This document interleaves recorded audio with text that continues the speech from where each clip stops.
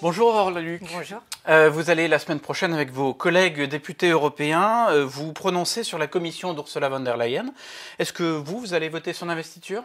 On va en discuter en délégation. Pour l'instant, on est très mitigé, c'est-à-dire qu'il y a eu des évolutions positives au sein de la commission, mais pour nous, certaines choses manquent, notamment un certain nombre de personnalités qui peuvent être problématiques.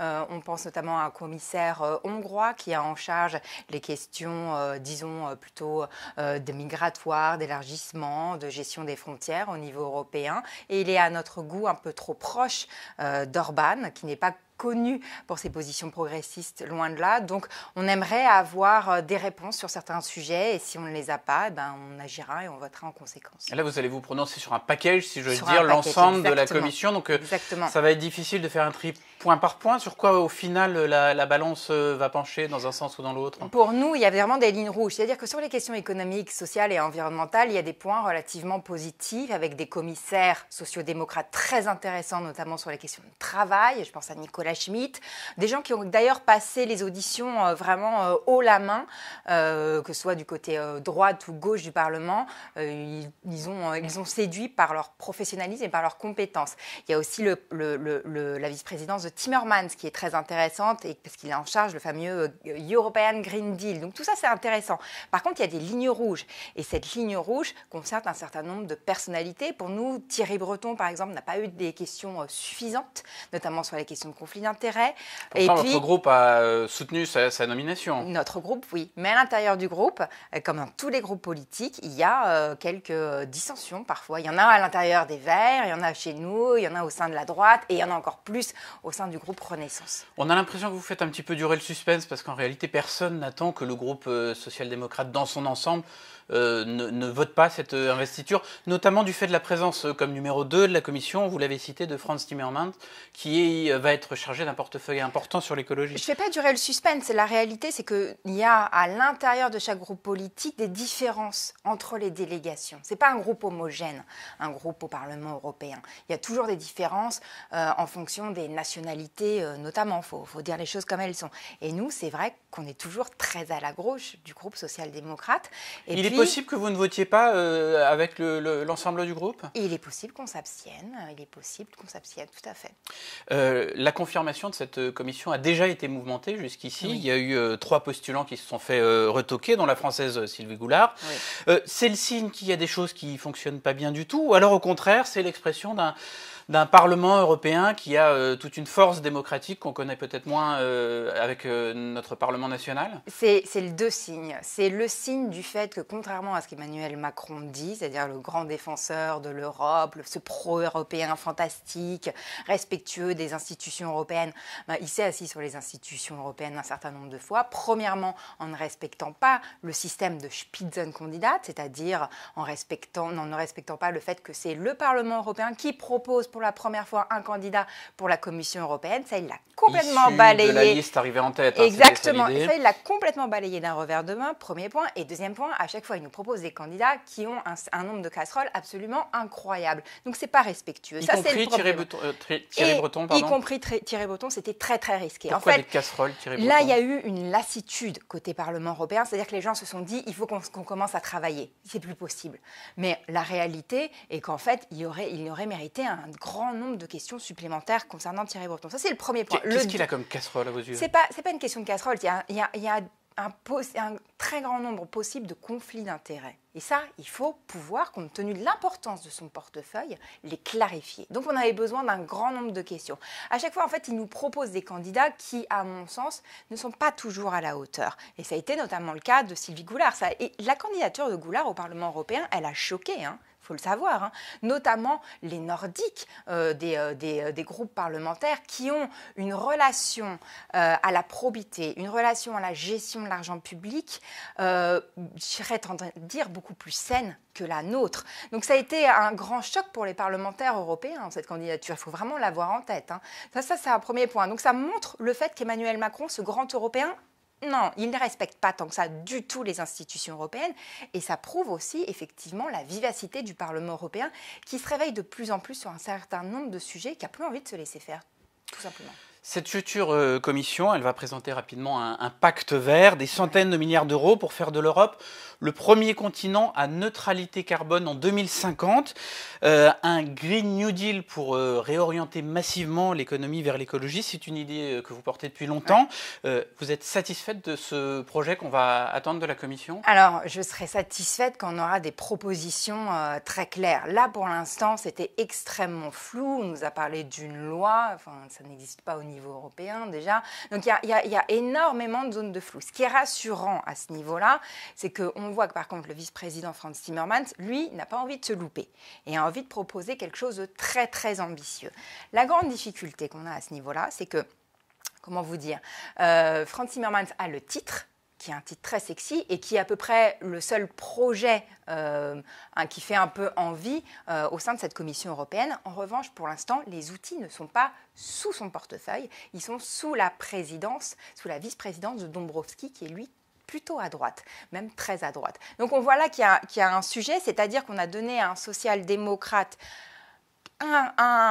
disons, vraiment ce qui va faire le sel et le cœur de cette nouvelle commission, sans les outils qui vont avec. Donc nous, côté parlementaire, tout notre rôle, ça va être de pouvoir pousser justement à avoir un Green New Deal ambitieux et aider Frans Timmermans à pouvoir faire des propositions qui vont dans le bon sens. Parce que jusqu'à présent, notre grande crainte, c'est que ce Green New Deal ne soit finalement que du greenwashing. C'est-à-dire que sous un titre qui fait un peu envie, qui est un peu à la mode, et on le voit notamment aux États-Unis, parce qu'il y a beaucoup de débats sur ce sujet côté démocrate, finalement, on repackage des politiques qui existent déjà, qui allaient dans le bon sens, mais qui existent déjà. Là, on a besoin de quelque chose de très, très ambitieux. Justement, pour éviter ce repackaging, comme vous dites, tous les économistes qui ont travaillé sur la question l'expliquent, on ne baissera pas fortement les émissions de carbone sans fixer un prix élevé au carbone.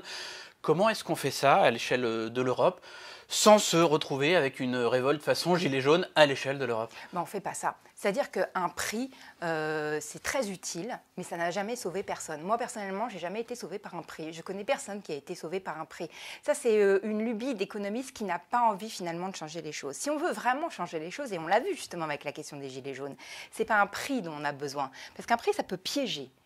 Une taxe, ça peut piéger des personnes quand il n'y a pas d'alternative. On a besoin d'une alternative. Et en fait, plutôt que d'un prix qui mettra d'ailleurs énormément de temps en termes de négociation. Mais qui force notamment les entreprises à changer leur comportement. Pour forcer les entreprises à changer de comportement, il y a quelque chose qui s'appelle aussi la réglementation. Ça met beaucoup moins de temps à se faire et c'est pas très cher d'ailleurs. Donc, il va falloir revenir à des questions réglementaires. 2, il faut investir. On a un problème de sous-investissement massif au niveau européen. On a des taux d'intérêt négatifs, on a des politiques dites de quantitative easing, c'est-à-dire que la BCE, pour caricaturer, crée beaucoup d'argent tous les mois. Autant utiliser cet argent pour investir en Pologne, pour sortir du charbon, pour investir en France, pour notamment sortir du nucléaire, pour investir en Allemagne, parce que les États des infrastructures allemandes sont dans un état lamentable, du fait notamment d'une politique où on a préféré thésauriser, garder de l'argent de côté plutôt que d'investir. Voilà ce que c'est aussi de ne pas faire de dette et de déficit. Donc les Allemands, ils n'ont pas trop envie de sortir le chéquier, même s'ils ont effectivement un petit peu de moyens là-dessus. Comment est-ce qu'on peut les pousser à... Il n'y a même pas besoin de sortir le chéquier. C'est-à-dire qu'on a quand même une politique monétaire aujourd'hui, même si ce n'est pas suffisant, il va falloir aller vers du budgétaire. Il y a une politique monétaire qui est très accommodante et qu'on pourrait parfaitement utiliser. Et les Allemands, l'Allemagne, le gouvernement allemand, à un moment, il va falloir dealer avec eux. C'est-à-dire qu'on est toujours en train de dire oui, mais les Allemands ne veulent pas. C'est pas faux. C'est même totalement vrai. Effectivement, il y a un vrai sujet budgétaire avec les gouvernements allemands. Comment est-ce qu'on les incite à franchir le pas? Et à un moment, il va falloir nous aussi, Français, réfléchir à la façon dont on crée une défense européenne, la question du siège à l'ONU, la question du passage au fédéralisme, la question de la bombe nucléaire, vous voyez ça comme une monnaie d'échange entre guillemets? À un moment, oui, c'est ça aussi l'Europe. C'est être en capacité d'être solidaires les uns les autres, en capacité aussi de faire des échanges gagnant-gagnant. Donc, à un moment, on est dans de l'intergouvernemental, malheureusement, au niveau européen. Encore, c'est-à-dire qu'on n'est pas encore dans une fédération. Pour pouvoir aller faire un saut fédéral, pour pouvoir faire en sorte que certains pays, changent un peu leur comportement, il va falloir, nous aussi, Français, peut-être qu'on change le nôtre. 2 mois avant les européennes, vous déclariez à Libé « Quoi qu'il en soit, je ne siégerai pas avec les socialistes au Parlement ». Aujourd'hui, vous siégez avec les socialistes au Parlement. Vous vous sentez à l'aise dans ce groupe? Je me sens à l'aise. Déjà, c'est Claire Nouvian qui m'avait dit, mais qui m'avait convaincue du fait de siéger chez les sociodémocrates. Oui, je me sens à l'aise parce qu'en fait, une fois qu'on arrive au Parlement européen, on se rend compte que finalement, au sein de chaque groupe parlementaire, en fonction notamment des nationalités, des expériences des uns des autres, il n'y a aucun groupe qui est vraiment homogène. Et oui, au sein des groupes social-démocrates, je me sens d'autant mieux et d'autant bien qu'il y a toute une inflexion très forte qui est en train de se faire sur les questions environnementales, notamment avec la volonté de sortir de l'obsession de la dette et des déficits publics, du tout PIB, et d'aller vers des indicateurs sociaux, environnementaux, de proposer un Green New Deal où on va proposer notamment d'investir dans la biodiversité, d'investir dans la rénovation massive des bâtiments. Il y a 50 à 100 millions de précaires énergétiques au niveau européen. Donc oui, je me sens particulièrement à l'aise dans ce groupe. En France, dans 15 jours, on s'apprête à vivre une grève probablement dure dans les transports contre la réforme des retraites. Est-ce que vous soutiendrez ce mouvement? Bien sûr, bien sûr. Pourquoi? Pourquoi? Parce que déjà, cette réforme des retraites est complètement absurde. Elle ne dit pas son nom et on l'a vu encore, on va le voir aujourd'hui avec la publication du rapport du corps qui est juste une simple folie comptable et un pur élément de langage politique. La réforme, ça doit être autre chose que de la comptabilité, ça doit être aussi la création d'un régime universel avec l'argument de l'équité qui est mis en avant par le gouvernement. Mais le but des retraites, c'est qu'on puisse vivre bien.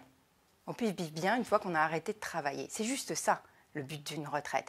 Mais là, l'objectif n'est pas celui-ci. Celui du gouvernement est d'avoir et de finalement monter les retraités les uns contre les autres et de stagner, de mettre un cap, disons, sur un certain niveau de dépenses au niveau de retraite, des niveaux de retraite, alors que notre population va vieillir et qu'on va être de plus en plus nombreux à être retraités. Mais on a les moyens de dépenser plus pour les retraites?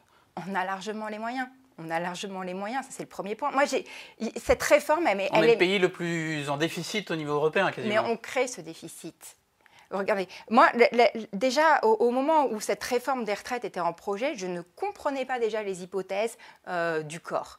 C'est-à-dire que tout d'un coup, on avait un régime qui était parfaitement financé, on a un changement d'hypothèse comptable, on ne sait pas pourquoi il y a un changement au niveau des migrations, on ne sait pas pourquoi il y a un changement en termes de migration, et tout d'un coup, voilà, on est en déficit et il faut absolument faire une réforme. Ça, c'est le premier point. Et là, on le voit aujourd'hui encore avec ce fameux rapport, qui le dit clairement d'ailleurs. Il dit on a un déficit lié à des raisons conventionnelles. Dans le jargon administratif, les raisons conventionnelles, ce sont quoi? Ce sont des hypothèses. Mais à la fin, c'est quand même des impôts et des cotisations.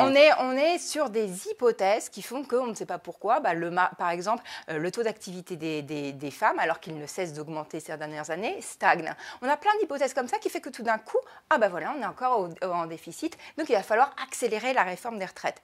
Non, la réalité, c'est qu'on est dans une perspective, à mon sens, purement idéologique, et ma critique vis-à-vis du gouvernement, c'est qu'elle ne l'assume pas. C'est-à-dire et ça nuit au débat démocratique. C'est-à-dire qu'on peut avoir une vision libérale, on peut avoir une vision conservatrice, on peut avoir une vision progressiste de la société, mais il faut le dire.